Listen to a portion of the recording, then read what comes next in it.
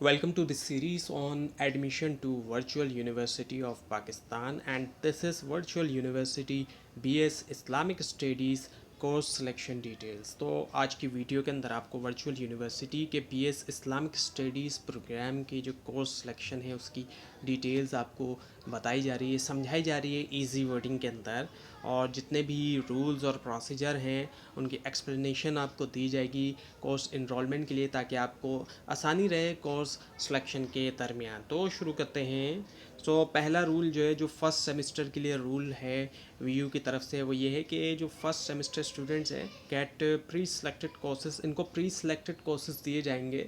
इनके जो पहले से ही सिलेक्टेड कोर्सेज हैं उन्हीं में से ही सिलेक्शन जो वो की जाएगी। यानी कि फ़र्स्ट सेमेस्टर में अगर हम देखें तो ज़्यादा फ्लेक्सिबिलिटी नहीं होगी, ज़्यादा चॉइस नहीं होगी स्टूडेंट्स के पास जब कोर्स की सिलेक्शन की बात हो। फिर आने वाले जो सेमेस्टर्स होंगे वहाँ पे ज़्यादा जो फ्लेक्सिबिलिटी होगी, ज़्यादा चॉइसेस होंगी कोर्स सिलेक्शन के हवाले से। और रूल नंबर 2 की अगर हम बात करें, जो कि क्रेडिट आवर लिमिट्स का रूल है, इस रूल के मुताबिक जो सेकंड सेमेस्टर होगा उसमें मैक्सिमम जो है वो 17 क्रेडिट आवर्स जो है वो अलाउ होंगे। यानी कि इतने कोर्स सेलेक्ट किए जा सकते हैं कि जो कि मैक्सिमम 17 क्रेडिट आवर्स बने, उसका सम जो है वो सम टोटल जो बने मैक्सिमम जो है वो 17 क्रेडिट आवर्स का। और इसके अलावा थर्ड और उसके आगे के सेमेस्टर में अगर हम देखें तो 18 क्रेडिट आवर्स जो है वो मैक्सिमम जो है वो अलाउ होंगे। इनके इतने कोर्स सेलेक्ट किए जा सकते हैं जो कि मैक्सिमम उनका सम जो है वो बन रहा है 18 क्रेडिट आवर्स का। और ये लिमिट जो है क्रेडिट आवर्स की, ये इसी वजह से लगाई गई है ताकि ये जो प्रोग्राम है ये 4 ईयर्स का, ये 4 ईयर के अंदर कंप्लीट हो, यानी कि मिनिमम ये 4 ईयर्स के अंदर कंप्लीट हो, क्योंकि एचईसी ने एक लिमिट लगा दी है कि ये प्रोग्राम 4 ईयर्स से पहले कंप्लीट नहीं हो सकता। हालांकि बहुत से ऐसे स्टूडेंट भी हैं कि जिनके पास इतनी कैपेबिलिटी है कि वो 4 ईयर्स से पहले भी इसको कंप्लीट कर सकते हैं, लेकिन इस लिमिट की वजह से ये प्रोग्राम जो है वो 4 ईयर में ही मिनिमम कंप्लीट होगा। और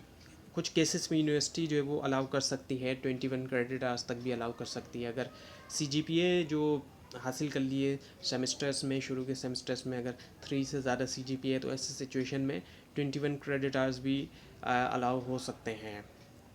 इसके अलावा प्री रिक्विजिट और जो स्पेशलाइजेशन रूल हैं उनको वायलेट नहीं किया जा सकता। प्री रिक्विजिट तो यही होता है कि एक एडवांस लेवल का जो कोर्स है, सब्जेक्ट है, उससे पहले कोई बेसिक लेवल का कोर्स जो है वो लाजमी पढ़ना ज़रूरी होगा। तो ऐसी सिचुएशन में इस तरह के जो रूल हैं इनको वायलेट जो है वो नहीं किया जा सकता। और ये भी काउंट किए जाते हैं जो एफ़ और डी ग्रेड के कोर्स होते हैं मैक्सिमम लिमिट में। अब रूल नंबर 3 की हम बात करें, लो कोर्स लोड। अब ऐसे स्टूडेंट्स, कई सारे ऐसे स्टूडेंट्स भी हैं जो कि प्रोफेशनल हैं, जिनके पास टाइम नहीं है इतना कि वो स्टडी को जो है वो ज़्यादा टाइम दे सकें। तो ऐसे सिचुएशन के अंदर वो कोर्स लोड जो है वो कम कर सकते हैं, और उससे ये होगा कि वो कम कोर्स पढ़ेंगे, कम सब्जेक्ट लेंगे, 2 या 3 लेंगे जैसे कि, तो उनकी जो है वो फिर ड्यूरेशन और ज़्यादा होगी। फिर वो उनका प्रोग्राम जो है वो, उनका डिग्री प्रोग्राम जो है वो 4 ईयर्स से ज़्यादा होगा। फिर मिनिमम तो 4 ईयर है, लेकिन जो मैक्सिमम ड्यूरेशन है फिर वो 4 ईयर्स से ज़्यादा हो सकती है। तो जितना कोर्स लोड कम रखेंगे तो फिर उतनी ज़्यादा जो है वो ड्यूरेशन होगी। और फिर एक चीज़ और होगी कि एक्स्ट्रा सेमेस्टर से कॉस्ट भी फिर इजाफा होगा, उसके अंदर जो फ़ीस है वो ज़्यादा होगी, फिर ज़्यादा फ़ीस पे करना पड़ेगी। जितना ज़्यादा लंबा जो है वो डिग्री प्रोग्राम होता है उतनी ही ज़्यादा फिर उसकी फ़ीस जो है वो होती है। और रूल नंबर 4 की हम बात करें तो इम्प्रूवमेंट चांस भी है स्टूडेंट में। Attempt to improve less than B grade course only once. अब इम्प्रूवमेंट की जा सकती है, बिल्कुल बाकी यूनिवर्सिटीज़ की तरह यहाँ पे भी इम्प्रूवमेंट की जा सकती है। जिनके बी ग्रेड से कम है वो एक बार जो है वो इम्प्रूवमेंट अपनी दे सकते हैं, दोबारा जो है वो दे सकते हैं। तो फिर वो जो है इम्प्रूव कर सकते हैं अपनी सीजीपीए को, अपने ग्रेड को जो है वो इम्प्रूव कर सकते हैं। अब इंटर्नशिप एंड कैपस्टोन रिक्वायरमेंट की अगर हम बात करें, क्योंकि इंटर्नशिप और ये भी रिक्वायर्ड है इस डिग्री प्रोग्राम में, ताकि प्रैक्टिकल एक्सपीरियंस भी हासिल किया जा सके, समझा जा सके प्रैक्टिकली तौर पर भी। और तो जो ISL 3564 इंटर्नशिप है, ये 5th सेमेस्टर के अंदर है। ये जो इंटर्नशिप का कोर्स है ये 5th सेमेस्टर के अंदर करना होगा इसको। और इसके अलावा ISL 4869 जो है कैपस्टोन या थीसिस, जो ये लास्ट सेमेस्टर में होगी, जो आखिरी सेमेस्टर है। और ऐसे स्टूडेंट्स जो 68 क्रेडिट आवर्स कंप्लीट करके एग्ज़िट कर जाते हैं ADP, यानी कि एसोसिएट डिग्री ले लेते हैं, तो उनके लिए ये रिक्वायर्ड नहीं होगा, क्योंकि एसोसिएट डिग्री एक तो 2 ईयर्स की भी होती है और उसका लेवल जो है वो इतना ज़्यादा नहीं होता कि उसके अंदर जो है वो ये सारी चीज़ें जो है वो शामिल की जाएँ, तो उनके लिए ये रिक्वायर्ड नहीं होगा अगर वो एग्ज़िट कर जाते हैं 68 क्रेडिट आवर्स के साथ तो। लेकिन अगर आगे जाएंगे तो फिर ये रिक्वायर्ड होंगे। इंटर्नशिप के इनरोलमेंट कंडीशन में ये है कि लाजमी तौर पे CGPA 2 या उससे अबव होना चाहिए। तो अगर किसी का CGPA 2 से नीचे है तो उनको फिर इम्प्रूवमेंट करना होगी अपने कोर्सेज़ की, ताकि वो इंटर्नशिप कर सकें आने वाले सेमेस्टर के अंदर। और मिनिमम जो है 68 क्रेडिट आवर्स भी उनको कंप्लीट करना होंगे, इतने कोर्सेज इतने सब्जेक्ट्स पढ़ना होंगे कि उनके 68 क्रेडिट आवर्स जो है वो कंप्लीट हो जाएँ, ताकि फिर वो इंटर्नशिप पे जा सकें। और इंटर्नशिप कंप्लीशन रिक्वायरमेंट्स की अगर हम बात करें तो इसके लिए जो है वो सबमिट करना होगी इंटर्नशिप रिपोर्ट, और इसके अलावा जो इंटर्नशिप कंप्लीशन सर्टिफिकेट है, ताकि पता चले उससे एक प्रूफ तो हो कि आखिर इंटर्नशिप की है, तो उसका कोई ना कोई प्रूफ तो वो इंटर्नशिप कंप्लीशन सर्टिफिकेट होगा, और रिपोर्ट भी सबमिट करनी होगी। और सुपरवाइज़र जो है वो सेंड करेंगे जो परफॉर्मेंस इवेल्यूशन है उसको सील्ड एनवेलप के अंदर। अब इवेल्यूशन क्राइटेरिया की हम बात करें तो इंटर्नशिप और जो कैपस्टोन होते हैं ये पास या फेल होते हैं, इसमें CGPA वाला मामला या परसेंटेज वाला मामला नहीं होता। और रिक्वायरमेंट इसमें ये होता है कि मिनिमम 50% आने पे पास हो जाएगा। 50% आने पे पास तो हो जाएगा, लेकिन इसमें ये फ़र्क नहीं पड़ेगा कि CGPA के ऊपर कोई फ़र्क नहीं पड़ेगा, पास हो गए बस एनफ है, इसमें ये है।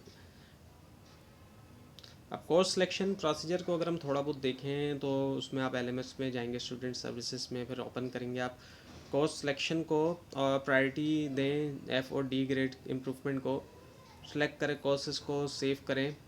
और डेडलाइन यूनिवर्सिटी की तरफ से दी जाती है, तब तक आप ऐड या ड्रॉप कर सकते हैं कोर्सेज को, आप कम या ज़्यादा कर सकते हैं जब तक वो डेडलाइन चल रही है। और कभी कभी वो डेडलाइन एक्सटेंड भी हो जाती है, तो वो जिस सेमेस्टर में आप इनरोल हैं वो उसके हिसाब से ही आपको डेडलाइन जो वो दी जाती है, उस डेडलाइन को आपने फॉलो करना होगा। और उससे पहले आप ऐड कर सकते हैं और उसको ड्रॉप भी कर सकते हैं, उसके लिए आपको अपडेट रहना होगा LMS के ऊपर। अब फाइनल ईयर प्रोजेक्ट एक्सटेंशन की हम बात करें, एक्सटेंशन जो है एक सेमेस्टर की ग्रांट की जा सकती है वैलिड रीजंस के लिए, अगर वैलिड रीज़न है तो। और वो भी ये कि जो मैक्सिमम प्रोग्राम की ड्यूरेशन है उसके अंदर, एक मैक्सिमम ड्यूरेशन के अंदर जो है वो दी जा सकती है ये। और रिकमेंडेशन की हम बात करें सो जो फुल टाइम रेगुलर स्टूडेंट्स हैं उनको फॉलो करना चाहिए जो प्रेस्क्राइब स्कीम ऑफ स्टडीज़ है। अब फुल टाइम उन स्टूडेंट्स को कहा जा रहा है जो नॉर्मली तौर पे प्रोफेशनल नहीं है, अभी तक वो प्रोफेशनल लाइफ में एंटर नहीं हुए, या फिर ये कि वो पूरी तरह से टाइम दे पा रहे हैं इस प्रोग्राम को, उनको फुल टाइम जो वो कहा जा रहा है। तो उनको प्रेस्क्राइब स्कीम ऑफ स्टडी जो उसी को फॉलो करना चाहिए। और ये प्रेस्क्राइब स्कीम ऑफ स्टडी जो इसके ऊपर भी हमारे इस चैनल पे आपको वीडियो मिल जाएगी, जिसमें पूरे कोर्सेज का बताया जाएगा कि कौन कौन से सेमेस्टर के अंदर कौन कौन से कोर्सेज हैं। तो वो जो है वही प्रेस्क्राइब स्कीम ऑफ स्टडीज़ है, उसको फिर फॉलो करना जो है वो ज़्यादा बेटर होगा, ताकि आपको आसानी रहेगी ये समझने में भी कि कौन से सेमेस्टर में आपने इंटर्नशिप करनी है और कौन से में आपने प्रोजेक्ट वगैरह करना है। तो ये चीज़ें भी आपको समझने में आसानी रहेगी अगर आप प्रेस्क्राइब स्कीम ऑफ स्टडी के मुताबिक चलेंगे, अदरवाइज़ तो आपको थोड़ी बहुत जो है वो इसमें प्रॉब्लम हो सकती है समझने में। तो ये था आज का ट्यूटोरियल, आज की वीडियो। आपको अगर इस बारे में कोई क्वेश्चन हो, खासतौर पर इसमें कोई मिस्टेक दिखाई दे, ज़रूर हाईलाइट कीजिए। और इस पूरी सीरीज़ को देखने के लिए और वर्चुअल यूनिवर्सिटी के बारे में मज़ीद डिटेल्स के लिए इस चैनल को सब्सक्राइब कीजिए, बेल आइकन के ऊपर क्लिक कीजिए। Thanks for watching this video and best of luck.